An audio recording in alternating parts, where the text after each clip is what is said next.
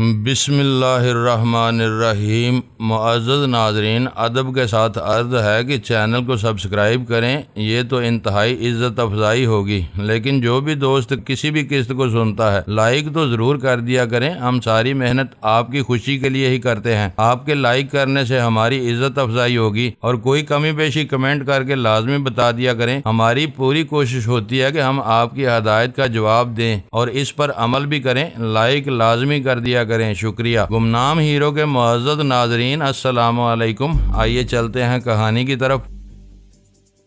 وہ اٹھ کر دروازے پر جا کر کھڑا ہوا اور کسی سے بات کرنے لگا۔ میری پوری توجہ بوبی پر مرکوز تھی، مگر وہ غافل نہیں تھا۔ میرے لیے گلو خلاصی کی بس ایک ہی راہ تھی کہ کسی طرح ریموٹ کنٹرول یونٹ میرے قبضے میں آ جاتا۔ ایسی صورت میں وہ دونوں بارودی بیلٹ کو اپنی مرضی کے مطابق استعمال نہیں کر سکتے تھے۔ جب سے میں نے ڈان 3 کی زبان سے بلیک فاکس کے الفاظ سنے تھے، میرے ذہن میں آندیاں سی چل رہی تھی۔ مجھے رہ کر بھارتی ایجنٹ ملا سرکار یاد آ رہا تھا، جس نے اپنی طویل مدت منصوبہ بندی کے سہارے پاکستان میں ایسا مربوط جال پھیلایا ہوا تھا کہ اس کے سادہ لو دیہاتی معتقد ہر وقت اس کی حفاظت کے لیے سینہ سپر رہتے تھے۔ ایک طرف وہ مسلمان روحانی رہنما بنا ہوا تھا اور دوسری طرف اندرون سندھ میں پھیلے ہوئے ڈاکوؤں اور رسا گیروں کو تخریب کاری اور دہشت گردی بلکہ کھلی بغاوت کے لیے اکسا رہا تھا۔ یہ میری خوش قسمتی تھی کہ میں اباسین نامی دریائی جہاز سے کی جانے والی ہیما گیر کارروائی میں اس خبیث کے چیتھڑے اڑانے میں کامیاب ہو گیا تھا۔ ملا سرکار نے پاکستان میں برسہ برس سے جو روب بھی دھارا ہوا ہو، اس کی اصل یہ تھی کہ وہ بھارت کے ریسرچ اینڈ انالیسز ونگ کا پرانا ایجنٹ تھا اور راہ کی ذیلی تنظیم بلیک کیٹس میں بہت اہم عہدے پر فائز تھا۔ وہ اپنے نمک خواروں میں بلیک کیٹ ٹی کے نام سے معروف تھا اور ڈان 3 نے خفیہ زبان میں گفتگو کرتے ہوئے بلیک فاکس کا کوڈ استعمال کیا تھا۔ ڈان 3 کچھ ہی دیر پہلے اعتراف کر چکا تھا کہ وہ بمبئی کا شہری تھا۔ یہ نکات کسی خاص سمت کی نشاندہی کر رہے تھے۔ میری معلومات کے مطابق مافیا سے وفاداری کا حلف اٹھانے والوں کے لیے کسی اور کے ساتھ کام کرنا جرم تھا۔ پھر کسی بھی درجے کے ڈان کے منصب پر فائز کسی شخص کے بارے میں یہ سوچا بھی نہیں جا سکتا تھا کہ وہ اپنے حلف سے غداری کر کے کسی اور تنظیم کے لیے کام کر رہا ہوگا، مگر ڈان 3 کے بارے میں کچھ ایسی ہی گڑبڑ معلوم ہو رہی تھی۔ میرا قیاس تھا کہ مافیا کے ڈان کی حیثیت سے وہ واقعی تنہا تھا، اسی لیے اس نے بوبی کی خدمات حاصل کی تھی، لیکن وہ اتنا اکیلا بھی نہیں تھا۔ اس کے کچھ منظم سیکرٹ ایجنٹوں سے گہرے روابط تھے۔ وہ ان کی خفیہ زبان بول اور سمجھ لیتا تھا۔ اس کے پاس اسی ساخت کا ٹرانسمیٹر موجود تھا جو ان سیکرٹ ایجنٹوں کے استعمال میں رہتا تھا۔ جب اسے پشاور میں ایلن کی تلاش کی ضرورت محسوس ہوئی، ایسے ہی کسی سیکرٹ ایجنٹ سے رابطہ قائم کر لیا اور اب وہی شخص ایلن کو لے کر اس قہوہ خانے میں پہنچنے والا تھا۔ شاید ڈان 3 مافیا کے مخلص نہیں تھا، اس نے بھی میری طرح دوہرا وفاداریوں کا سوانگ رچایا ہوا تھا۔ ایک طرف اسے مافیا کی بھیانک طاقت کی پشت پناہی حاصل تھی تو دوسری طرف بھارتی سیکرٹ سروس کے وسائل بھی اس کی دسترس میں تھے۔ ایسی باتیں تھیں جو بوبی جیسے تیسرے درجے کے بدماش کی سمجھ میں نہیں آ سکتی تھی۔ ڈان 3 کو اس کی طرف سے کوئی فکر نہیں تھی، وہ کھل کر اپنا کھیل کھیل رہا تھا، مگر میں فیصلہ کر چکا تھا کہ مناسب موقع ملتے ہی میں اپنے تمام شبہات بیان کر گزروں گا۔ وہ قہوہ خانے کے مالک سے بات کر کے پرسکون انداز میں واپس لوٹا تو میں نے نہایت سرسری انداز میں اپنی بات چھیڑ دی۔ مجھے حیرت ہے کہ بوبی کے علاوہ بھی تمہارے مددگار موجود ہیں جو ٹرانسمیٹر استعمال کرنے پر قادر ہیں اور تمہیں بلیک فاکس کے نام سے پہچانتے ہیں۔ مافیا کے ڈان کہیں بھی اکیلے یا بے سر و سامان نہیں ہوتے۔ وہ نخوت آمیز لہجے میں بولا، میں طاقت و اختیارات کے غیر ضروری مظاہرے پر یقین نہیں رکھتا۔ گرمیوں میں چند ہفتوں کے آرام کے لیے وینس جاتا ہوں تو وہاں سیاحوں کے ہجوم میں ایک مسکین سے آدمی کی طرح دھکے کھاتا پھرتا ہوں اور خوشی محسوس کرتا ہوں، لیکن جب علاقائی بڑوں کے اجلاس میں شریک ہوتا ہوں تو 5 بلٹ پروف گاڑیوں کے قافلے میں 10 محافظوں کے درمیان سفر کرتا ہوں۔ اس وقت پرندہ بھی میرے قریب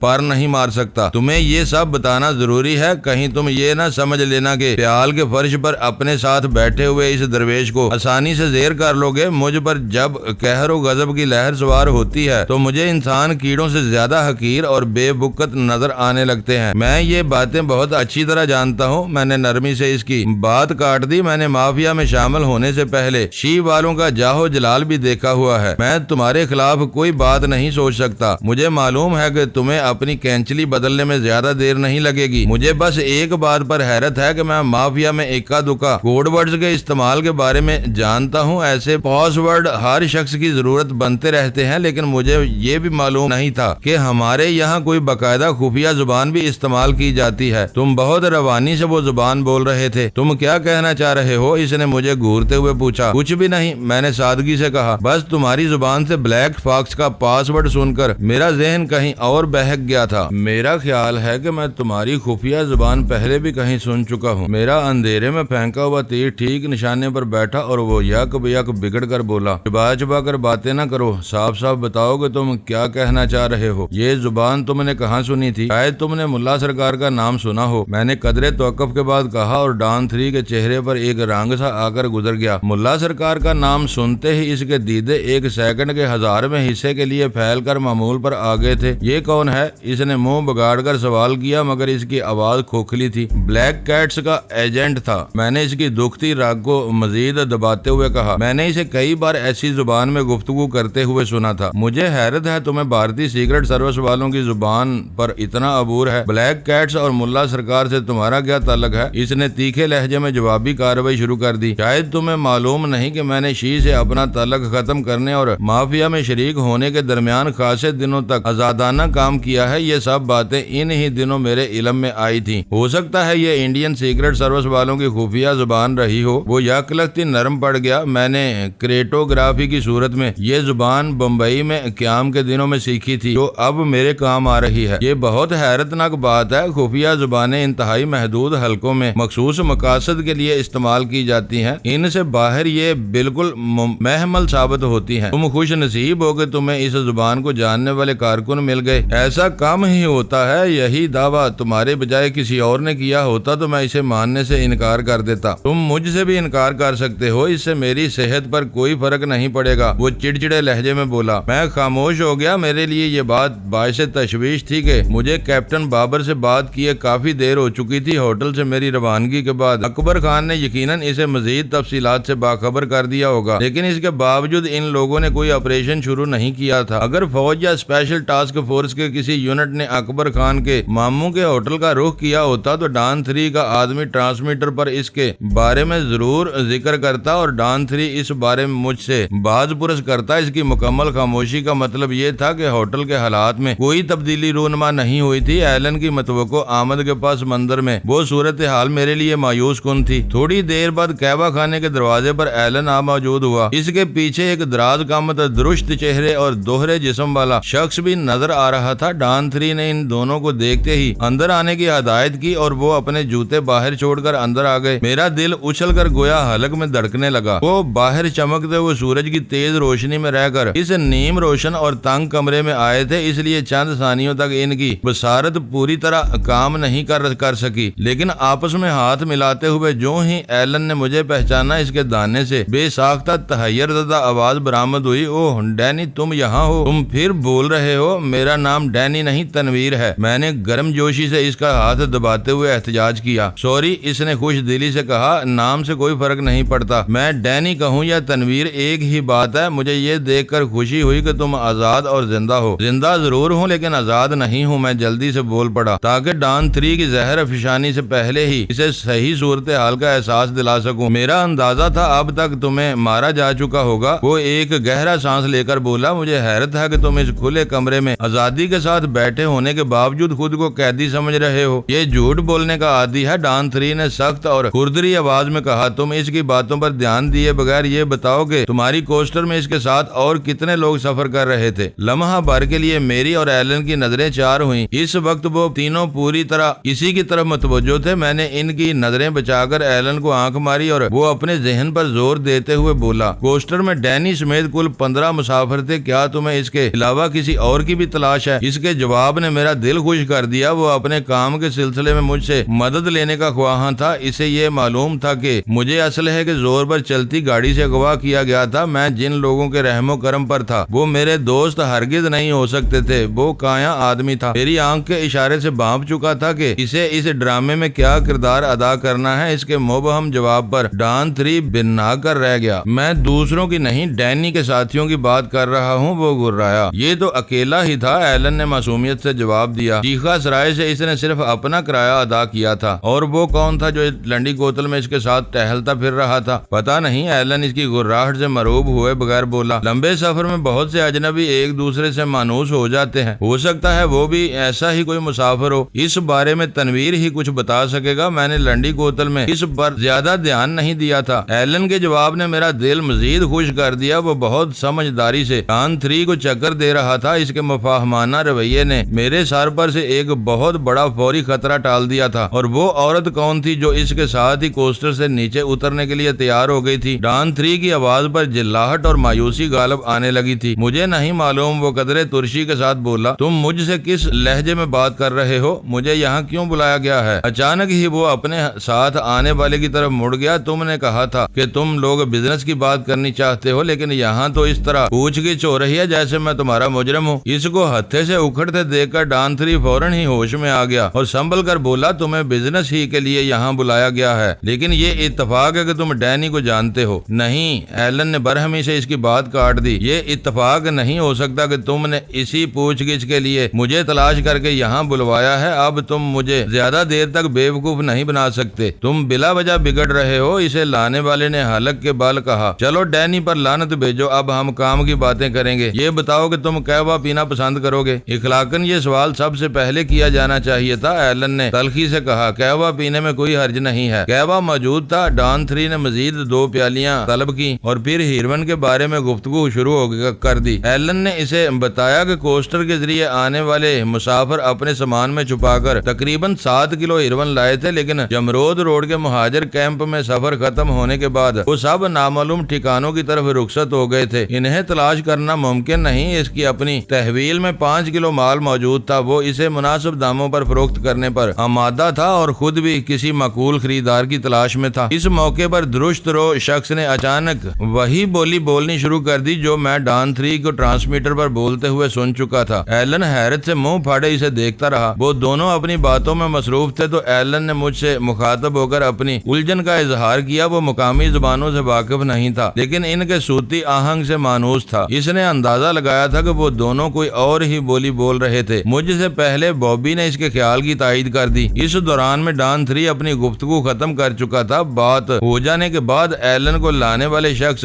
پیال سے اٹھ کر باہر چل دیا تھا۔ اس کی روانگی پر اسرار ضرور تھی، لیکن اس بارے میں کسی نے کوئی سوال نہیں کیا۔ ڈان 3 دوبارہ ایلن کے ساتھ مذاکرات میں مصروف ہو گیا۔ ایلن ہیروین کی مقامی اور بین الاقوامی مارکیٹ کے تھوک نرخوں کے بارے میں پوری طرح باخبر تھا، اس لیے اپنے مال کے بارے میں غیر ضروری خوش فہمیوں میں مبتلا نہیں تھا۔ اس نے جن داموں کا مطالبہ کیا ان پر تھوڑے سے مول تول کے بعد ان دونوں میں سودا طے ہو گیا۔ ڈان 3 نے اسے بتایا کہ اس کا آدمی شام کو رقم پہنچا کر اس کے ہوٹل سے مال اٹھا لے گا۔ ڈان 3 نے جس صورت سے سودا طے کیا وہ میرے لیے حیران کن تھا۔ اس نے ایلن کی تسلی کے لیے بزنس کی بات طے کرتے ہی ایک بار پھر میرا ذکر چھیڑ دیا۔ تم ڈینی کو کس طرح جانتے ہو؟ یہ تنویر والا کیا چکر ہے؟ اس نے سگریٹ سلگا کر پوچھا۔ ایلن ہنس پڑا۔ تمہارے ریکارڈ کی سوئی بس ڈینی پر ہی پھنسی ہوئی ہے۔ میری سمجھ میں نہیں آ رہا کہ تمہاری اور اس کی کیا لڑائی چل رہی ہے جو تم نے اسے پاکستان پہنچتے ہی پکڑ لیا ہے۔ میرا اور اس کا پرانا حساب چل رہا ہے اور میں تم سے صرف 2 باتیں معلوم کرنا چاہتا ہوں۔ اول یہ کہ تم اسے کیسے جانتے ہو، دوم یہ کہ ڈینی کے ساتھ مزید کتنے افراد تھے۔ اگر میں تمہارے دونوں سوالات کے جواب نہ دینا چاہوں تو کیا ہوگا؟ کچھ بھی نہیں، تم بدمزگی کے عالم میں رخصت ہو جاؤ گے۔ تمہارے انکار سے ہمارے سودے پر کوئی اثر نہیں پڑے گا۔ میرا آدمی ہر حال میں شام کو رقم پہنچا کر تم سے ڈلیوری لے لے گا۔ ڈینی ہماری لائن کا پرانا اور بدنام آدمی ہے۔ ایلن ایک گہرا سانس لے کر بولا، یہ مجھ سے واقف نہیں تھا مگر میں اسے اچھی طرح پہچانتا ہوں۔ سفر کے آغاز میں نے اسے شناخت کیا تو یہ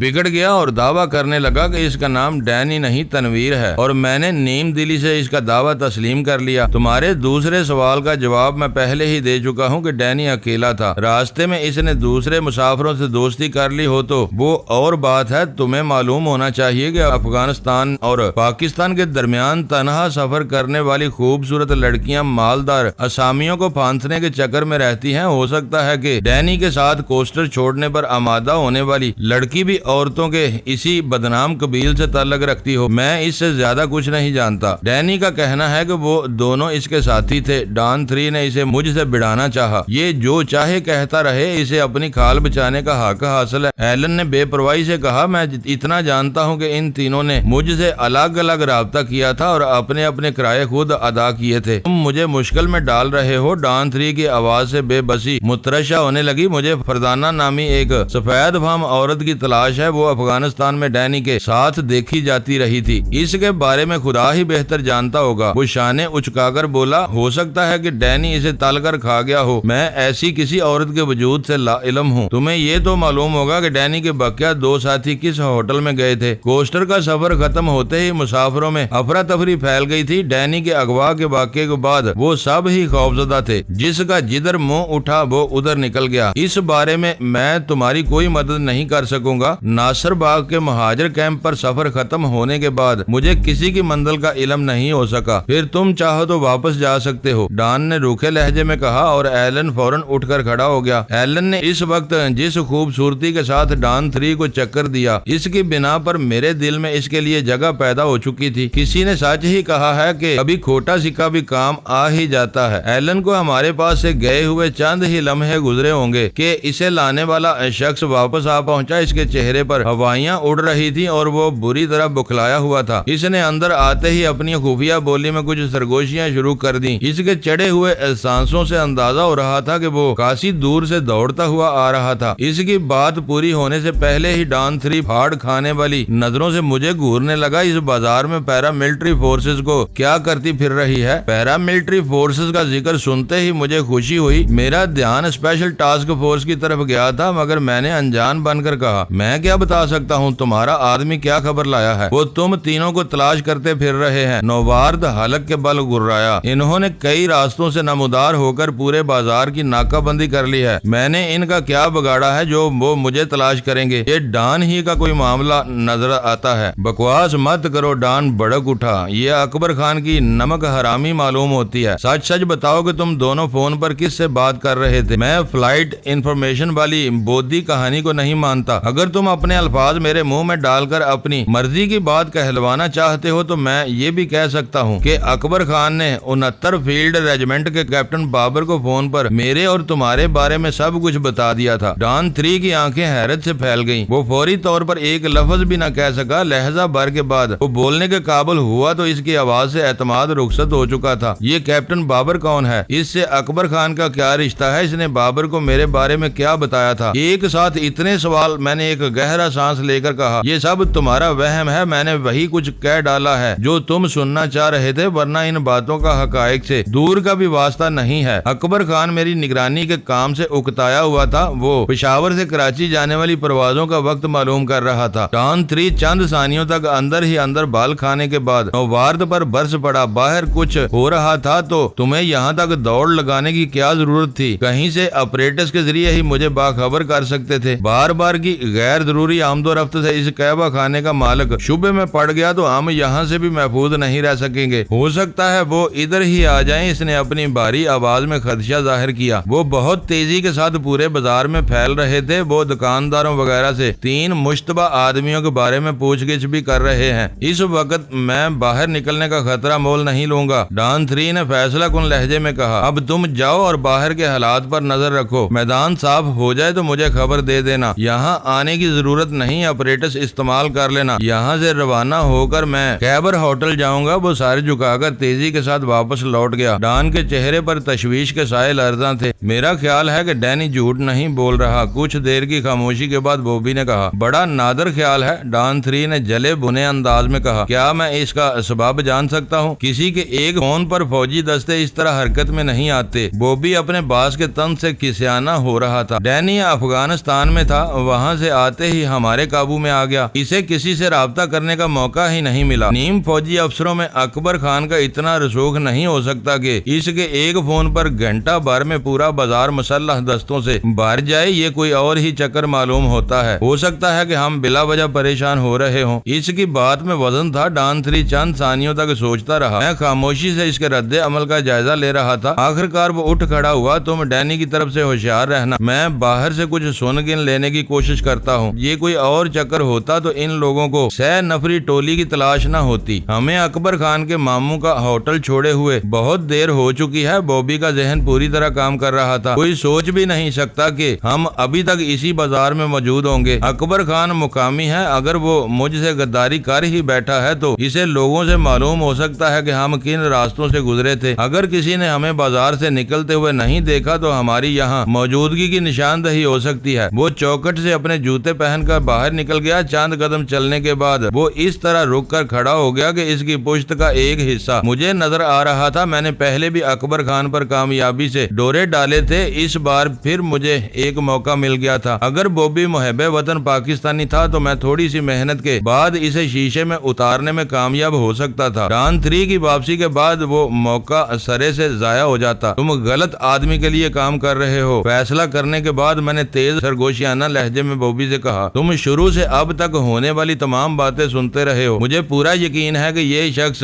مافیا کا ڈان 3 نہیں بلکہ انڈین سیکرٹ سروس کا کوئی خرانٹ ایجنٹ ہے۔ اس کے لیے کام کر کے تم اپنی زمین سے غداری کے مرتکب ہو رہے ہو۔ اس کے ہونٹوں پر احتجاجیہ مسکراہٹ پھیل گئی اور لہجے میں تلخی امڑ آئی۔ ان ڈکوسلوں سے تم مجھے اپنی حمایت پر آمادہ نہیں کر سکتے۔ زمین نے مجھے بھوک اور بے روزگاری کے سوا کیا دیا ہے جو میں اس سے وفاداری کے گیت گاتا رہوں۔ حبیب جیوانی کے لیے کام شروع کرنے سے پہلے میں مسلسل 3 سال راندہ درگاہ رہا تھا۔ یہ ڈان کی بجائے جہنم کا داروغہ ہو تب بھی میرے لیے بہت اچھا ہے، کیونکہ یہ مجھے معقول پیسے دے گا، صرف پیسے دے گا، لیکن تمہاری انا کو بار بار کچلتا رہے گا۔ ذرا سی دیر میں وہ کئی بار تمہارا مزاح کا اڑا چکا ہے۔ اسے غصہ آ جائے تو وہ شاید تمہارے منہ پر تھپڑ بھی مار بیٹھے گا۔ میرے لیے یہ تمام باتیں غیر ضروری ہیں۔ وہ قطع کلامی کرتے ہوئے بولا، آسان روزی کمانے کے لیے انسان کو ایسے سمجھوتے کرنے ہی پڑتے ہیں۔ تم مجھے نہیں بہکا سکتے، خاموشی سے بیٹھے رہو، میرے کان نہ کھاؤ۔ اگر تمہیں پیسے کی اتنی ہی ہوس ہے تو میں تمہیں اس سے زیادہ رقم دے سکتا ہوں۔ میں نے اکبر خان کو